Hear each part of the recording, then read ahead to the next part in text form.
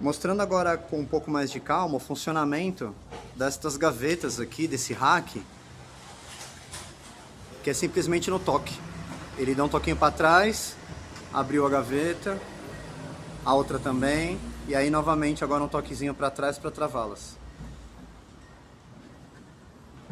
Muito bacana. As quatro são dessa forma, essas duas que ele abriu, essas outras duas aqui também.